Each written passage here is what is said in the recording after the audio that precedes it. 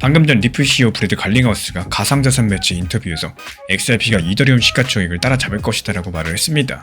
그리고 그렇게 되면 XRP 가격이 지금부터 3배 오른 4.6달러가 되어야 된다라고 구체적으로 덧붙였는데요. 근데 이 발언에서 진짜 중요한 건요, 이 4.6달러라는 숫자 자체가 아닙니다. 저 숫자가 어떻게 나왔느냐, 어떻게 추산을 했느냐, 그게 바로 핵심이 될 수가 있겠죠. 그리고 계산은 생각보다 단순해요. 이더리움이 지금 들고 있는 전체 시가총액, 그러니까 세상에 불린 모든 이더리움의 값어치를 전부 다 합친 금액이 있습니다. 그 금액을 XRP 유통량으로 나누면은 XRP 한 개가 얼마가 되어야지 이더리움과 같아지는가가 나오는데요. 그 정답이 대략 4.6달러라는 거고, 그러니까 갈링하우스 측에선 희망 섞인 목표가를 던진 게 아니라요, 이더리움을 따라잡는다는 전체에서 역산한 숫자를 말을 한 겁니다. 이게 왜 중요하냐? 이 사람은 숫자를 아무렇게나 던지는 사람이 아니거든요. 이 리플의 CEO가 구체적인 숫자를 말할 때는 보통 머릿속에서 이미 계산이 다 끝나기 때문에 말을 하는 겁니다. 그리고 여기까지 들으면 한 가지 의문이 생기죠. 아무리 리플 CEO가 자신감이 있다라고 할지라도 지금 XRP 가격 3배로 올릴 만한 실제 연료가 있느냐는 겁니다. 이런 부분들에서 사람들이 잘 연결하지 못하는 신호가 3가지가 있는데 하나씩 천천히 한번 뜯어보도록 하겠습니다. 먼저 첫 번째 신호는 거래량이에요. 최근에 24시간 사이 XRP 거래량이 82% 급증을 하면서 약 28억 달러 정도를 기록을 했습니다.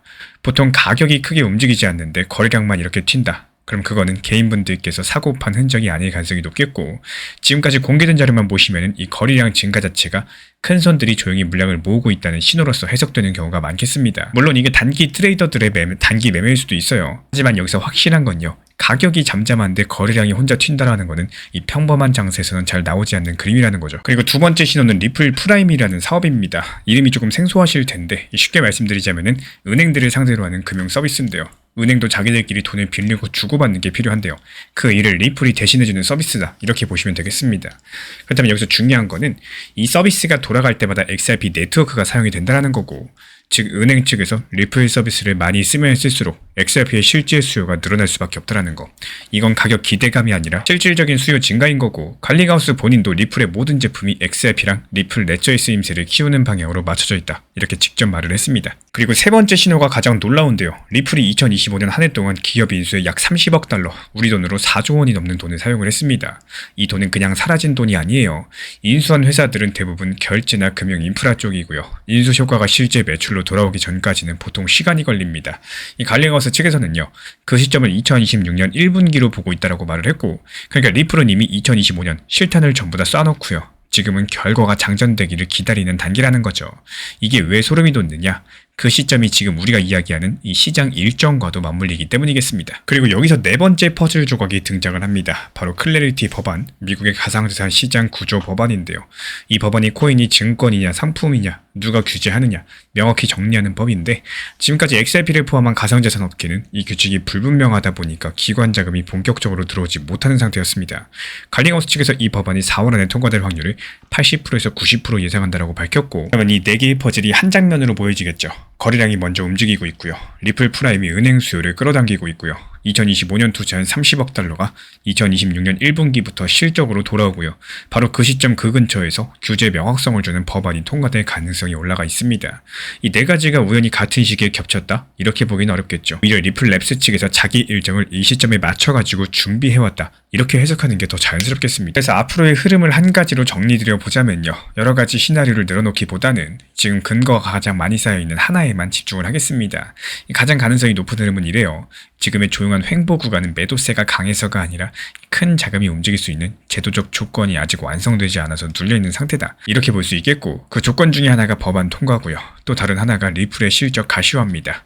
이 두 개가 시간차를 두고 맞물리게 되면은 XRP는 단순 테마 반등이 아니라 펀더멘털 재평가 구간으로 들어갈 가능성이 높겠고, 만 이 시나리오 자체가 확정은 아니겠습니다. 만약에 법안이 밀리면 타임라인 전체가 뒤로 밀릴 수도 있겠죠. 그럼 시장 반응도 늦어지겠죠.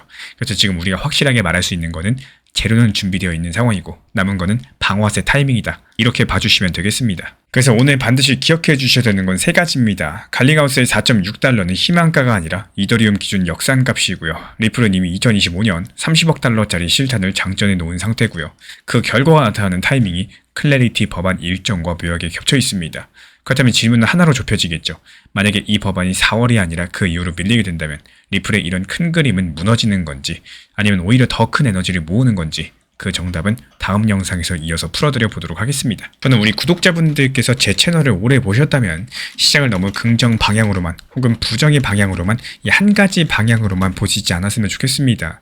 이 시장이라는 게 결국에 상승과 하락이 공존하는 시장인데 너무 리플이 상승한다, 얼마까지 오른다 이런 관점으로만 보다 보니까 결국에 시장이 항상 그대로 흘러가는 건데 그 흐름을 견디지 못하고 미쳐서 결국에 그만두는 이런 분들이 많은 것 같아요. 상승이 있으면 어떻게 되죠? 하락이 있죠. 또 하락이 있으면 다시 반등이 옵니다. 이렇게 찾아오는 투자 시장에서 리플이 안 오르는 거 이건 당연한 거고요. 이 하락이 길어지고 정말 지쳐가지고 그만두고 싶다 이런 생각이 드는 그 시점보다도 더 오랜 시간이 흐르고 난 뒤에 다시 상승으로 이어지는 것도 당연한 겁니다. 리플 1년에서 2년 정도 하락하고 재미없었다 이렇게 끝난 게 아니라 그 이후에 언제 반등이 나올지 여기에 대해서 공부해야 되는 시기인 거고 안 좋았던 매매 습관들 바꾸셔야 되는 시기입니다. 과거에 리플이 600원, 700원일 때 어땠습니까? 4년이 5년 넘는 시간이 흘렀을 때 누군가는 그 시기에 꾸준하게 분할 매수를 하셨고요. 평단을 계속해서 낮춰놨고요. 반등이 나왔을 때 5,000원 이전 단기 고점이었고 심리적인 고점이었던 그 시기에 과감히 분할 매도하면서 수익 실현한 매수하신 분들도 있을 겁니다.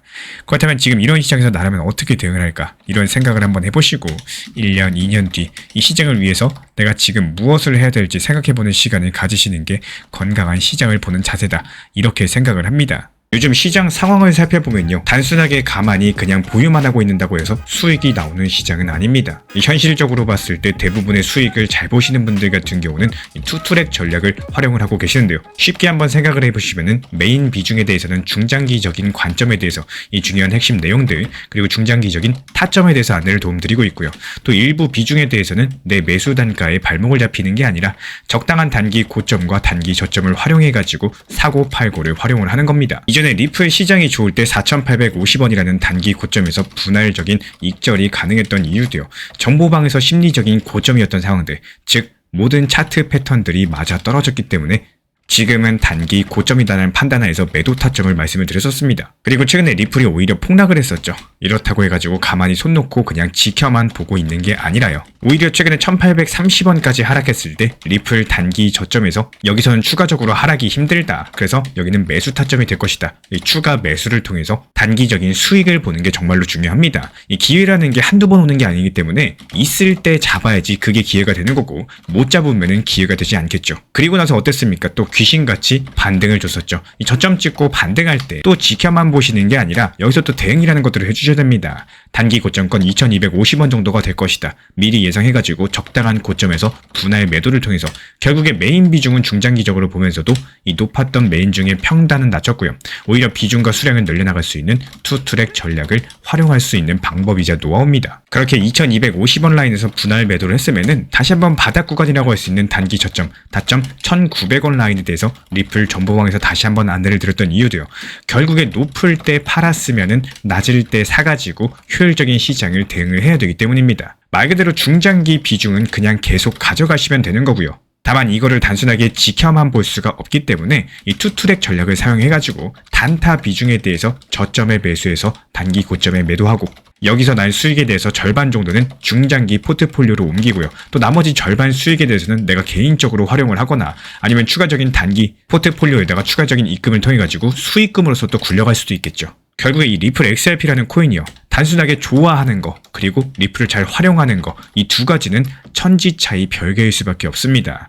혼자서 잘 하시는 분들은 계속 그 방법대로 활용하시면 되는 거고 하시다가 막히는 분들 아니면 처음이라서 잘 모르는 분들 여태까지 해왔던 방법대로 해봤는데 수익이 잘 안 났던 분들 또는 내가 낸 수익에 대해서 만족하지 못하는 분들 같은 경우는 단순하게 저희 채널에서 운영 중에 있는 정보방 입장하셔도 좋습니다. 반드시 여기에서는 필요로 하시고 또 리플에 대한 대응과 브리핑, 속보 같은 것들 업비트 현물 매매로서 받아보고 싶으신 분들 이런 분들께서만 신청 주시면은 입장 안내 도움 드리도록 하겠습니다. 제가 안내해드리고 있는 코인 신사 채널 멤버십 전용방에 대해서 짧게 설명드려 보도록 하겠습니다. 리플, 암호화폐 시장에 대한 중요한 이슈, 그리고 브리핑이나 시장의 흐름에 대한 전문적인 분석 내용 설명과 함께 차트상의 기술적 분석, 온체인 지표와 투자 심리에 대한 내용들을 같이 안내 도움 드리고 있고 가장 중요한 투자 심리를 컨트롤하기 위해서 포트폴리오의 구성에 대한 노하우, 투자 심리 컨트롤에 대한 내용도 같이 안내 드리고 있습니다. 코인 신사 스터디 멤버십 가입하신 분들께서는 아래 번호 혹은 신청 링크 통해서 남겨주시면 제가 연락드리고 있고 안내 설명과 함께 신사 채널 리플 전용 멤버십 방에도 입장 안내 설명드리고 있습니다.